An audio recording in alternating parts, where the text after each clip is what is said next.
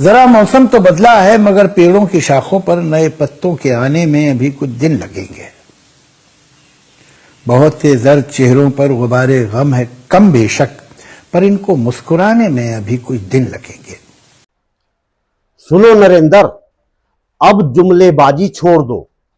आंदोलन जीवी से लेकर अर्बन नक्सल और अब दिमागी नक्सल तक का सफर एक के बाद एक तमगे आजमाए जा चुके हैं, लेकिन लगता है ये सारे हथकंडे बेअसर होते जा रहे हैं। एसआईआर के जरिए अपने लिए अपनी जनता चुनने का जो खेल रचा गया था, मौजूदा हालत में उस पर भी सवाल खड़े हो रहे हैं।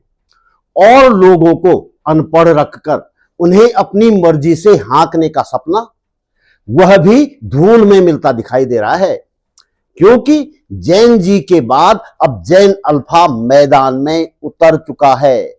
देश के अलग अलग हिस्सों में स्कूली बच्चे सड़कों पर हैं और हैरानी की बात देखिए, ये बच्चे बेखौफ हैं, डीएम के दफ्तर तक पहुंच रहे हैं, अपनी बात कह रहे हैं, नारे लगा रहे हैं, सवाल पूछ रहे हैं। जरा सोचिए, इन छोटे छोटे बच्चों में ऐसी हिम्मत आई कहां से, जबकि उन्होंने कुछ ही दिन पहले अपने से बड़ों को सड़कों पर बुरी तरह पिटते देखा है पुलिस के हाथों। फिर भी ये बच्चे पीछे हटने के बजाय आगे क्यों बढ़ रहे हैं? जैन अल्फा के इन आंदोलनों की कहानी क्या है, उनकी मांगे क्या हैं, और क्या यह एक नए तरह के छात्र आंदोलन की शुरुआत है? इसी पर बात करेंगे इस वीडियो में। वीडियो अंत तक जरूर देखिएगा।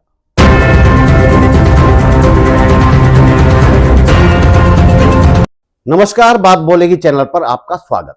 मेरा नाम है त्रिलोचन भट्ट और मैं करता हूं जन सरोकारों की बात। सोचिए, जिन बच्चों के हाथों में किताबें और पेंसिल होनी चाहिए, उनके हाथों में नारे लिखी तख्तियां हैं।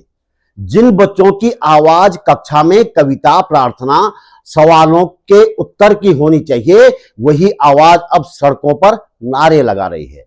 और जिन बच्चों की उम्र अभी वोट देने की भी नहीं हुई, वे डीएम के दफ्तर पहुंचकर सरकार से सवाल पूछ रहे हैं। क्या पूछ रहे हैं? हमें स्कूल जाने के लिए सड़क क्यों नहीं मिल सकती? हमें पढ़ाने के लिए शिक्षक क्यों नहीं मिल सकते? हमें पीने का पानी, शौचालय और क्लासरूम में पंखे जैसी सुविधाएं क्यों नहीं मिल सकती? जैन जी के आंदोलन के बाद अब देश में एक नई पीढ़ी की आवाज सुनाई दे रही है। इसे कहा जा रहा है जैन अल्फा का आंदोलन।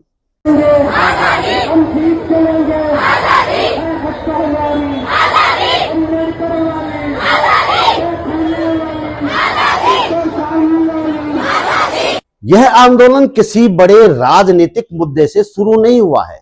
इसकी शुरुआत हुई है स्कूल की टूटी छत से, खराब सड़क से, शिक्षकों की कमी से, गंदे शौचालय से, खराब मिड डे मील से और महंगे स्कूल बस किराए से। यानी सवाल बहुत छोटा है, स्कूल ठीक करो। लेकिन इस छोटे से सवाल ने सरकारों के सामने एक बड़ी चुनौती खड़ी कर दी है।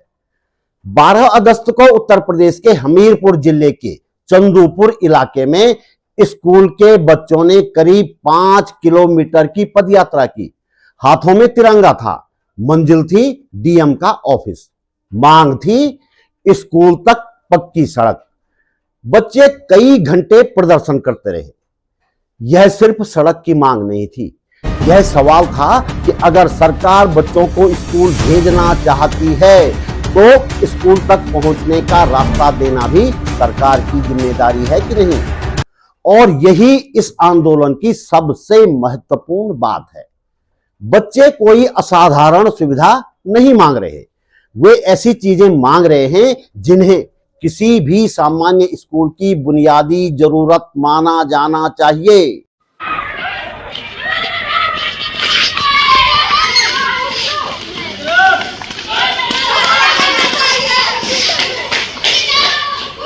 यहां थोड़ा सा एक बात बता दूं, मैं जो बता रहा हूं और पीछे आप जो वीडियो देख रहे हैं, जरूरी नहीं है कि वे उसी घटना के हों। इसे आप समग्र रूप से देखें। ये एक छोटी सी मेरी गुजारिश है आपसे। अब आते हैं बिहार। उत्तर प्रदेश से पहले बिहार में भी स्कूली बच्चों ने अपनी आवाज बुलंद की।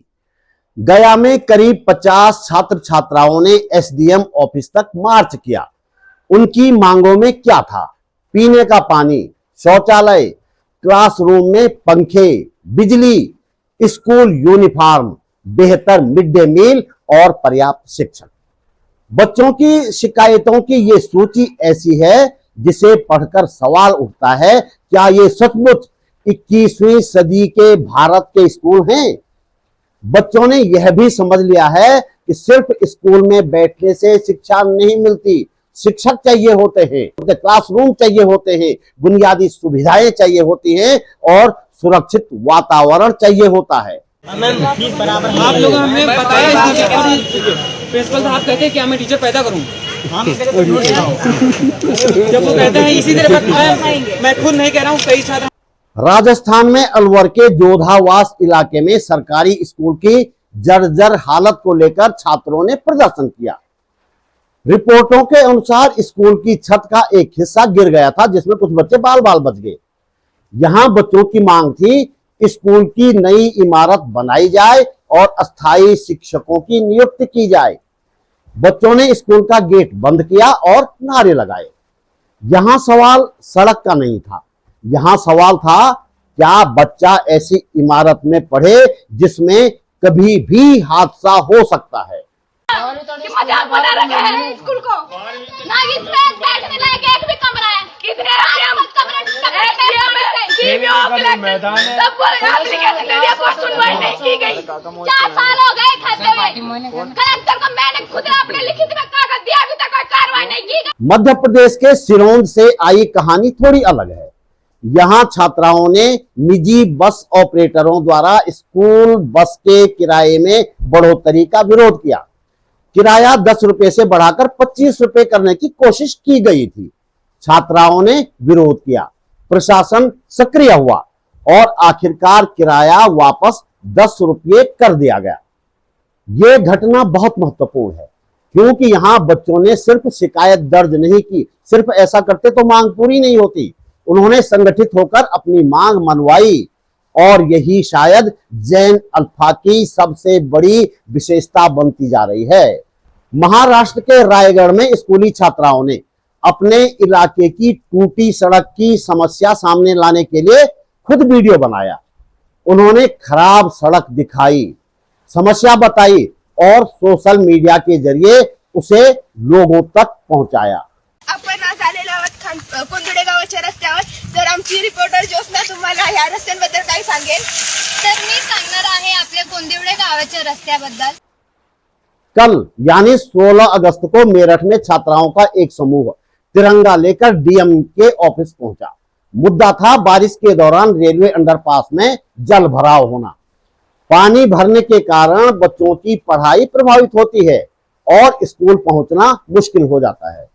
बच्चियों ने प्रशासन से अस्थायी समाधान की मांग की। मेरा नाम वैशाली है और मैं ग्राम पांची से बोल रही हूँ, जिला मेरठ से।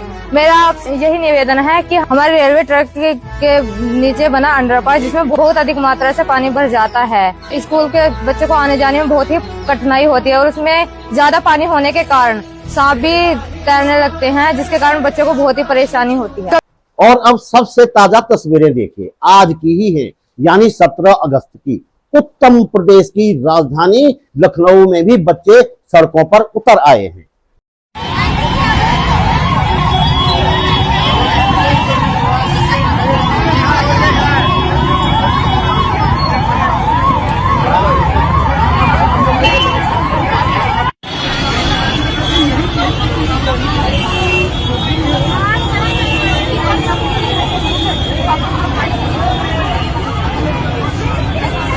ये बच्चे सिर्फ आंदोलन नहीं कर रहे, वीडियो भी बना रहे हैं और सोशल मीडिया पर भी डाल रहे हैं। यही वो चीज है जो आने वाले दिनों में इस आंदोलन को पुराने छात्र आंदोलनों से अलग बना सकती है और जैन जी के आंदोलन से भी आगे बढ़ा सकती है। अब जरा जानते हैं ये जैन अल्फा है कौन। आमतौर पर 2010 के बाद जन्मी पीढ़ी को जैन अल्फा कहा जाता है। हालांकि इसकी सीमा अलग अलग स्रोतों में थोड़ी अलग हो सकती है। यानी कि जिन बच्चों की हम बात कर रहे हैं उनमें बड़ी संख्या में बच्चे अभी प्राथमिक या माध्यमिक स्कूलों में पढ़ रहे हैं। इन बच्चों ने बचपन से स्मार्टफोन देखा है, इंटरनेट देखा है, यूट्यूब देखा है, सोशल मीडिया देखा है और सबसे ज्यादा महत्वपूर्ण, इन्होंने जैन जी के आंदोलन को अपनी आंखों के सामने देखा है। इसलिए शायद उन्हें यह समझने में ज्यादा समय नहीं लगा कि अगर प्रशासन को कोई समस्या दिखाई नहीं देती है तो उसे कैसे दिखाई जाए ये समस्या। जैन अल्फा के जो सवाल हैं, इन सवालों की ताकत यह है कि सरकार के लिए इन्हें सिर्फ राजनीतिक नारा बताकर खारिज करना मुश्किल है, क्योंकि सवाल पूछने वाला कोई विपक्षी नेता नहीं है, न कोई नई बनी पार्टी के युवा हैं। ये सवाल पूछने वाले हैं स्कूली बच्चे। अब देखना बाकी है कि सरकार जैन अल्फा की इस चुनौती से कैसे निपटती है। कोई सकारात्मक कदम उठाया जाएगा या फिर वही जुमलेबाजी और माफीनामे होंगे। आपको क्या लगता है कमेंट बॉक्स में जरूर लिखिए। तो दोस्तों, इस वीडियो में इतना ही। हमारा ये चैनल एक स्वतंत्र प्रयास है आप तक सच पहुंचाने का। हम सीमित संसाधनों के बावजूद आप तक सच पहुंचाने का प्रयास कर रहे हैं। इस लड़ाई में हमें आपके सहयोग की जरूरत है, आपके साथ की जरूरत है। अगर आपको लगता है कि सत्ता से सवाल पूछना जरूरी है तो जितना आपसे बन पड़े, जितना संभव हो सके, आर्थिक सहयोग अवश्य कीजिएगा। आप YouTube पर वीडियो के नीचे ज्वाइन बटन पर जाकर सहयोग कर सकते हैं। स्क्रीन पर QR कोड लगा दिया है और डिस्क्रिप्शन में बैंक डिटेल भी है। आप मेरा ये वीडियो फेसबुक पर देख रहे हैं तो फेसबुक पेज को फॉलो करने के साथ ही हो सके तो सब्सक्राइब भी कीजिएगा। एक बहुत छोटी सी रकम देनी पड़ेगी। आर्थिक सहयोग के लिए मैं आकाश कुमार जी का आभार व्यक्त करता हूं। आपका सहयोग सिर्फ आर्थिक मदद नहीं है, यह सच का साथ देने को मजबूती देना जैसा है। आप वीडियो को लाइक करके, कमेंट करके और शेयर करके भी यह सच का साथ देने को मजबूती देना जैसा है। आप वीडियो को लाइक करके, कमेंट करके और शेयर करके भी इस आवाज को ज्यादा से ज्यादा लोगों तक पहुंचा सकते हैं। अगर आप पहली बार मेरे चैनल पर आए हैं या मेरे फेसबुक पेज पर आए हैं तो प्लीज चैनल को सब्सक्राइब करना और पेज को फॉलो करना न भूलिएगा। जल्दी मिलेंगे एक और मुद्दे के साथ, एक और वीडियो में। नमस्कार।